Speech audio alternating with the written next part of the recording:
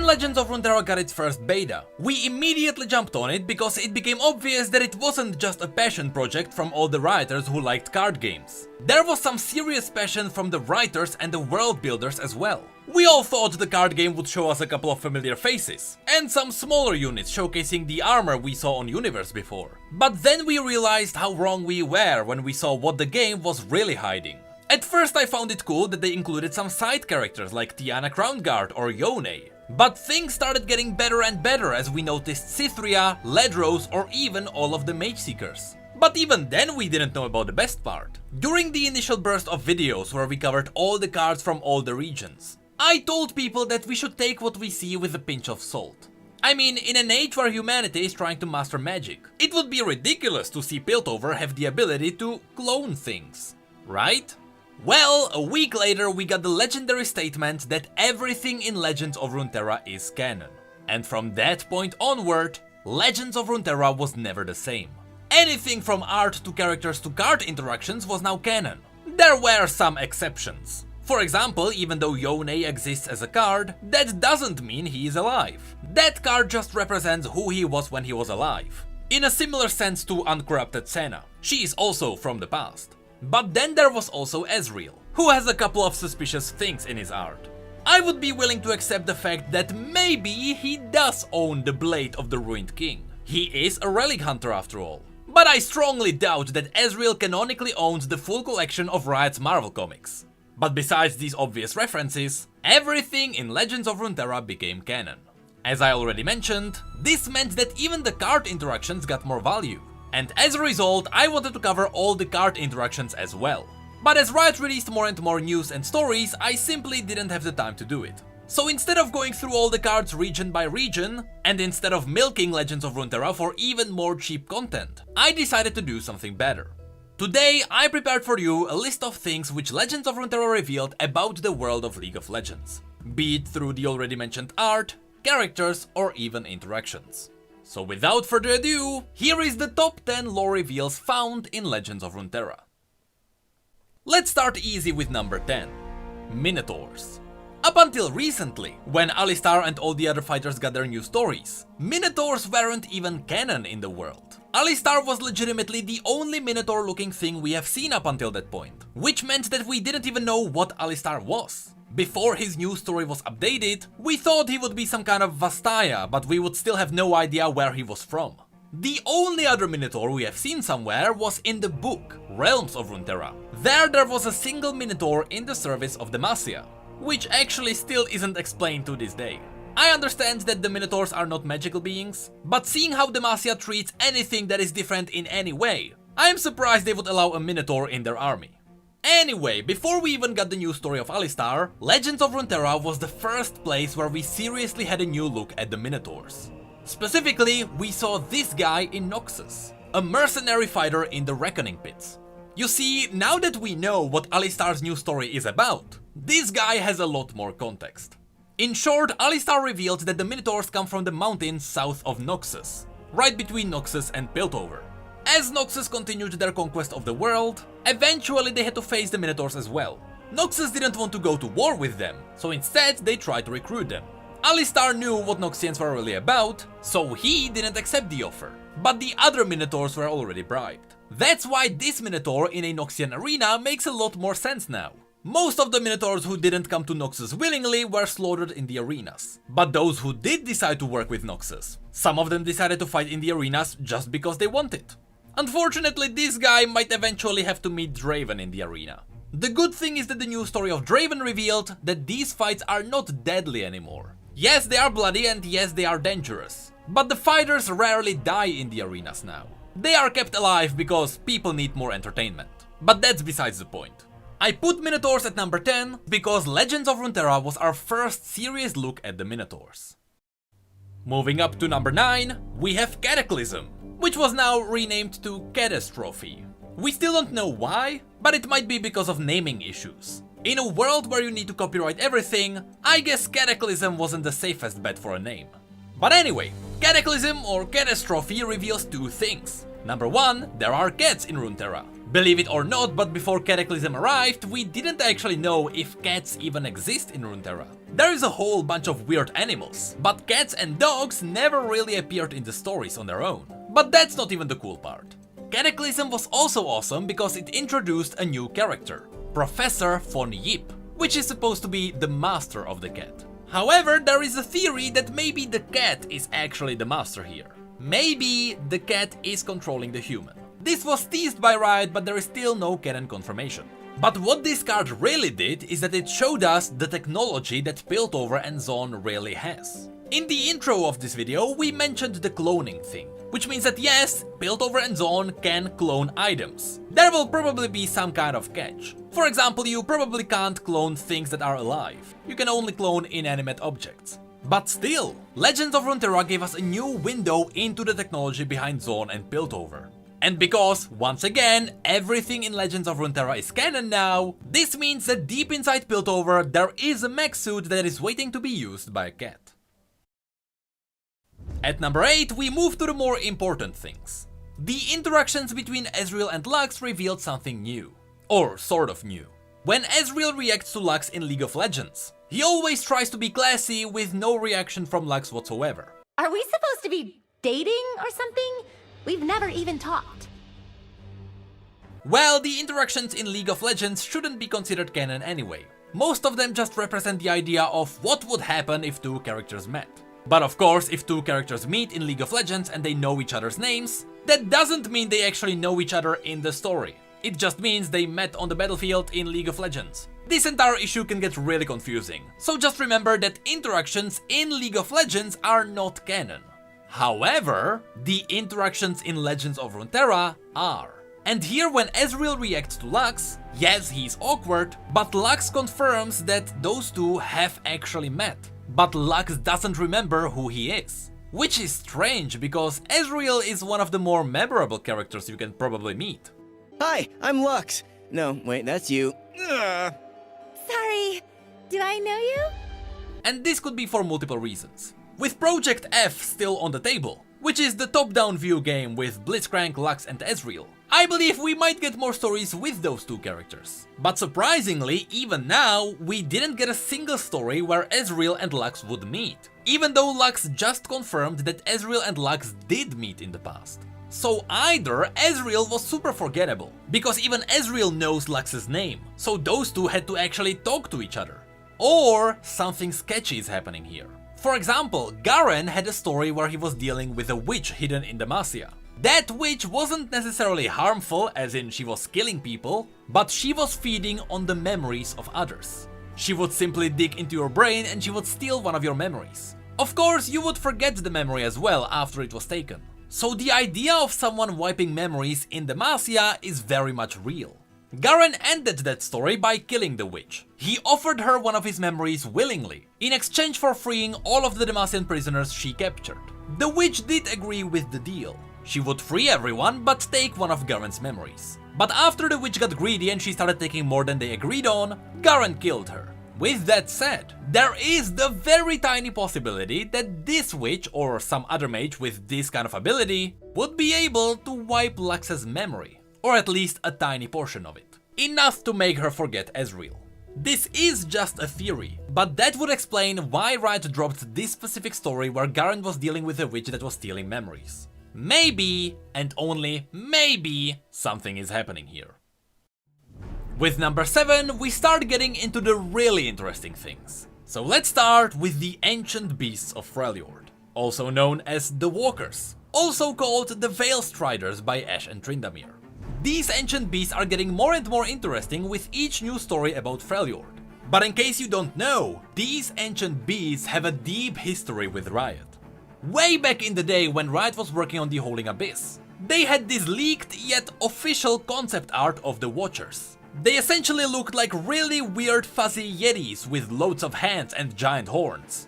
Well, if you look at the ancient ones, the design stayed the same. The horns are still there, only instead of having a lot of arms, they turned them longer to look like giraffes. On top of that, this design was implemented in the original Holding Abyss as well. All the statues around the map look exactly like these things. And on Holding Abyss, all of these horned statues also have one eye. which is exactly what the Ancient Ones have as well. So it is really cool that Riot made a full circle, and they finally implemented their original design for the Watchers in League of Legends. Except it's not the Watchers anymore. The Watchers are frozen deep beneath the Holding Abyss. These creatures are something else. And this is where things get really interesting. The message that they started walking again first appeared when Bjerg the Wanderer returned from his travels. He saw these things on the move, but nobody believed him they existed. But now we got it confirmed that these things are very much real. As to what they are or what purpose they have, that is still a little bit of a mystery. But looking at the designs, I am pretty sure they are connected to Lissandra. In fact, I wouldn't be surprised if the ceremonial helm had horns because of these things. Anyway, both Tryndamere and Ashe have interactions against these walkers. They both knew about them from legends, but now even they see they are real. I thought these were just stories. Bale Striders. Bale Striders. These are dark omens. But things become cooler when Anivia steps in, because Anivia remembers them as well. Strange enemies have returned. The Ancient Ones walk these lands once more. Surprisingly, even Karma has something to say. I sense dark, ancient magics. What other secrets does the ice hide? And here is where we can start connecting things. When pretty much anyone talks about these walkers, they all say that they are creatures of dark magic. Now, interestingly enough, with the latest story of Lissandra, in one of the dreams, Lissandra was riding a dark beast of flesh, bone and magic. Now, this could have been just a random creature from a random dream, but that description fits really well here. And I wouldn't be surprised if these creatures were part of her plans as well. See, these creatures are probably not from the Void, because we got it confirmed that the Void is technically not magic. The Void is the exact opposite of magic. So when even Anivia says that the creatures are made from dark magic, it is likely not the Void. As to what the creatures are, we don't know yet. But with Lissandra getting more stories in Freljord, and with Sylas being in Freljord now, I wouldn't be surprised if that was revealed soon. Next, moving to number 6, an amazing new reveal was the adventure of Cytheria. When people debate characters revealed in Legends of Runeterra, they often talk about Cytheria. And they ask why doesn't Cytheria have her own story? She looks like a great character. Well, the truth is, these people don't know that Cytheria does have actual lore. In fact, she has more story than some other champions. But before Legends of Runeterra was revealed, the only thing we knew about Cytheria was that she was a recruit who was escorting a mage into Demacia. Now, this sounds confusing, because Demacians hate mages. But in the story Turmoil, which happened after Sylas broke free from the prison, Demacia had to ask their neighbors, the Arbormark, which is a small nation of mages, to lend them one of their elders, so he could help the Demacians deal with all the magic. Cytheria was one of the soldiers who escorted this mage into Demacia. But on their travels, as all the other Demacians were scared of the mage, Cytheria was the only one who didn't feel like she was in danger. In fact, she got more curious about magic. As the story continued and the mage secretly used his magic to save some of the soldiers, which Cytheria obviously noticed, she came to a new realization. Not all mages were evil. And so Cytheria now stands in the middle of the Demacian civil war. She knows that not all mages are evil, but at the same time she is a soldier of Demacia, and she does obey their code. See, that was before Legends of Runeterra came around. But with that we got new cards with Cytheria. The first card reveals what Cytheria looked like when she was a new recruit. And in fact, Garen has an interaction with her. Welcome. Good luck out there, recruit. Then, as the first couple of missions went by, Cytheria became a fresh soldier. And I believe this is what she looks like right after the Turmoil story. And here, Garen starts to remember her name. Ready to do my part! Cytheria, isn't it? Keep up the good work. But as she goes through even more missions, at the end, Cytheria is a leader, with a brand new title. Now she was Cytheria the Bold, and now she was known across all of Demacia. Lead our charge. Demacia! Now and forever! See, we don't know what happens that Cytheria gets to such a high position, but this means that Cytheria will probably appear in more stories. Canonically, Cytheria is still on one of her first missions, but at the same time, also canonically, we know what Cytheria will become. And this is what makes this character so cool. We know there is more to come, and we know the outcome of what is about to come, but we still don't know what exactly will happen. Next, at number 5, we have to talk about a very serious reveal. When Jinx and Ziggs got their comic, that entire comic was focused on what the Yordles are. They are magical creatures that use magic dust to look like humans. The story revealed that in Piltover, Heimerdinger and Ziggs do this because people are scared of the Yordles. They think they are dangerous. So just to be safe, they pretend they are humans. You see, up until this point, the story was very simple. People are afraid of Yordles, and so Yordles hide.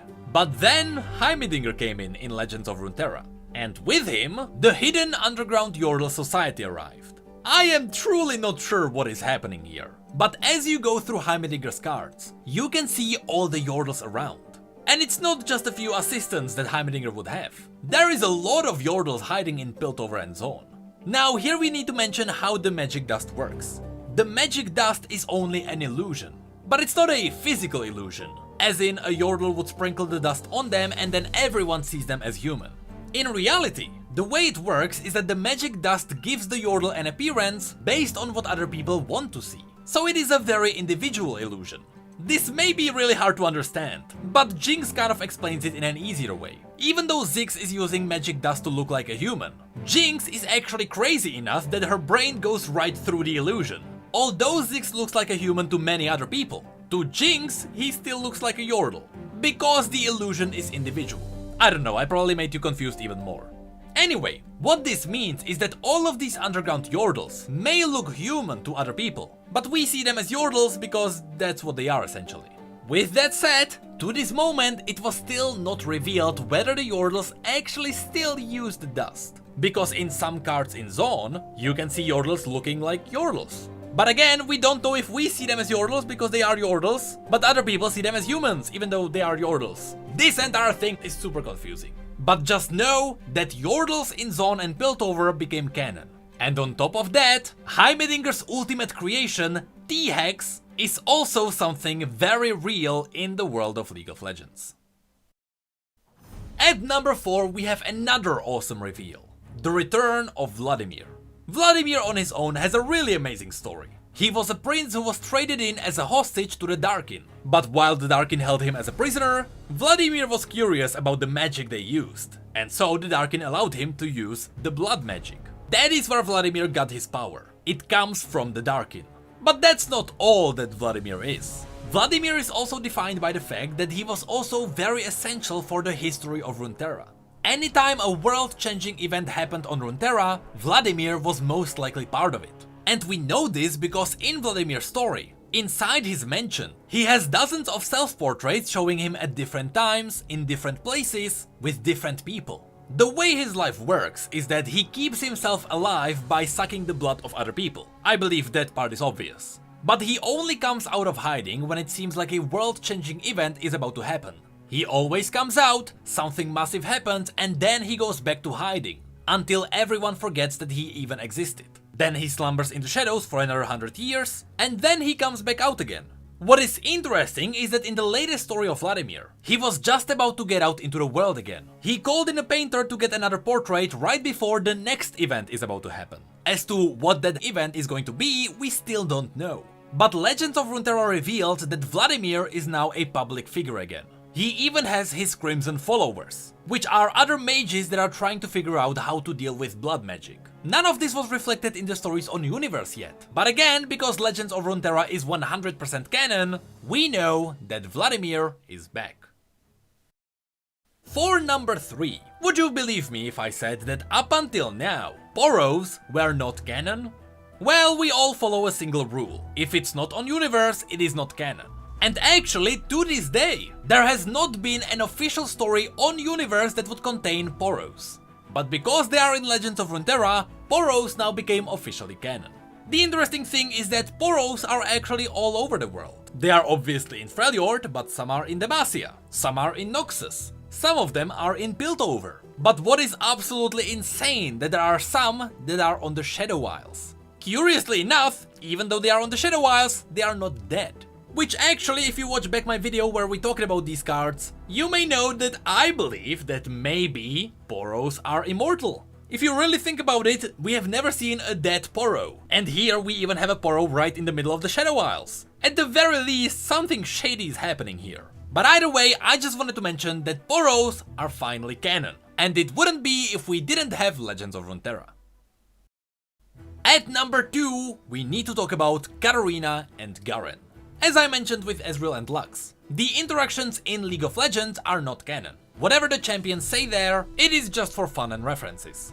In Legends of Runeterra, however, those interactions have a lot more value. And so when Katarina and Garen flirt with each other, and they wanna go on a dinner together, that means that Garen and Katarina are officially confirmed to be interested in each other. I will slay you where you stand. Dinner tonight? You shall fall on your folly. Meet me at the South Docks after dark.